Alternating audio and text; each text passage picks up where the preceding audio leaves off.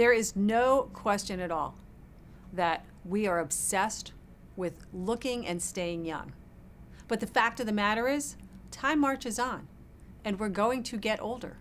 So the question is, what are the 5 things that you can do to stay and look younger? This is Sarah Heiner, president of Bottom Line Publications, and this is our conversation with the experts, where we get the answers to your tough questions from our leading experts. Today, I'm talking to Dr. Holly Lucille, a leading naturopathic physician and expert in integrative medicine. Dr. Lucille was listed in Time Magazine's Alt List as one of the top 100 most influential people, and she's the author of Creating and Maintaining Balance, a woman's guide to safe, natural hormone health. You can learn all about her at drhollylucille.com. Well, welcome, Dr. Holly. Thank you.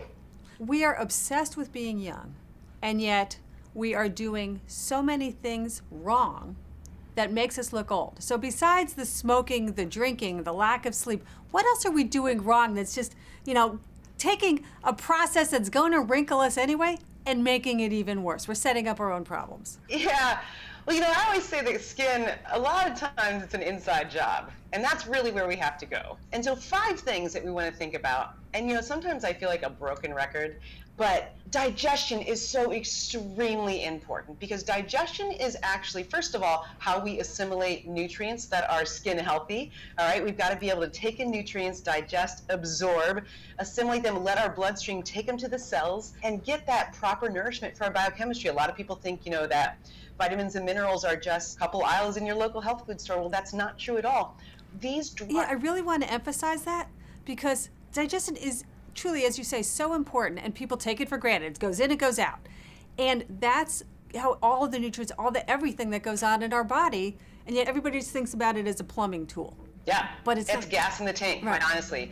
And we used to have a saying in school called heal the hole, and it's the hole that starts here and the hole that ends back there, because so much of your overall health, including your glowing, glorious, youthful skin, has to do with you being able to absorb those trace minerals and those skin healthy nutrients for sure. And so it's not you are what you eat anymore, it is you are what you digest. Okay, so that's number 1. Besides hydrating, are there other foods or drinks that can help? Oh, sure. There's some actual clinical studies, but a couple of them, and you could even make a salad out of them, but we think about Swiss chard. Swiss chard actually has been studied, really high in vitamin C, of course, that great collagen building vitamin. Goji berries, walnuts, high in omega-3 essential fatty acids, and avocados that are high in monounsaturated fatty acids with one bond, all have been linked to really having great effects when it comes to youthful skin. There's been a lot of talk about vitamin C and skin, so can you talk about that a little bit more? Yeah, so, I am almost 50 years old myself, and, I looked down, I was actually looking at my arm. I think I wrote a Facebook post that said something like, could anybody tell me where my collagen went? Like, you start seeing your skin sort of naturally losing a little bit of its elasticity. And so we think about vitamin C, it's such a wonderful water-soluble antioxidant, but it is in the infrastructure of our collagen.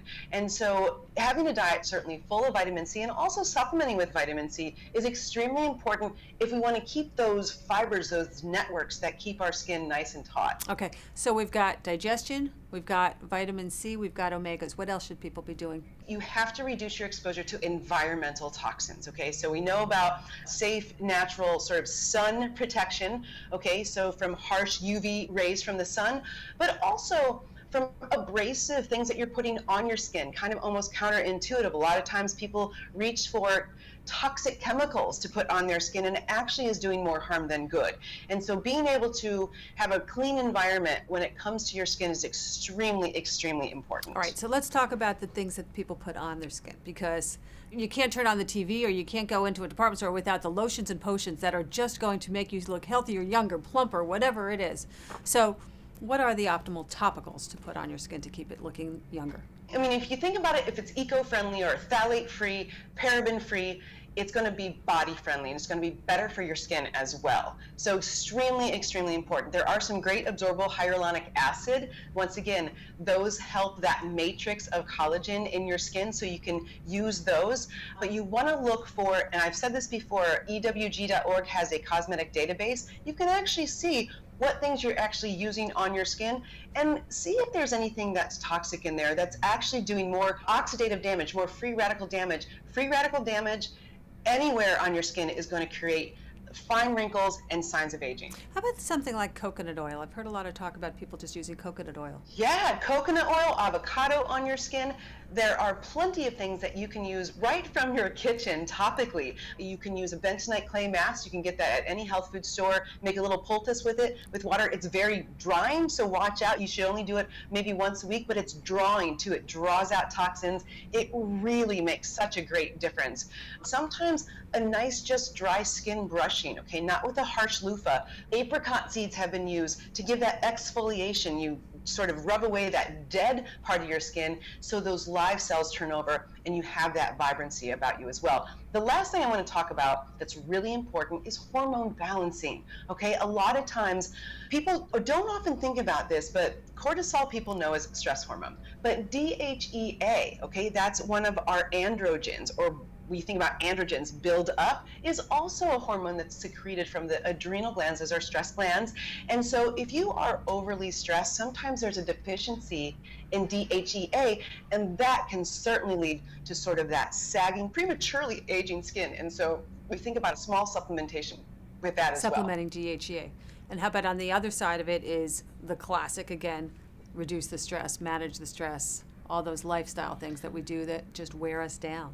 That goes without saying. Those are foundational pieces for almost anything anybody has as far as a healthcare desire, whether you want to lose weight, whether you want better skin, whether you want to decrease that cholesterol. Mitigating stressors, stopping the sympathetic do loop of fight or flight, it's up there as a priority 100%.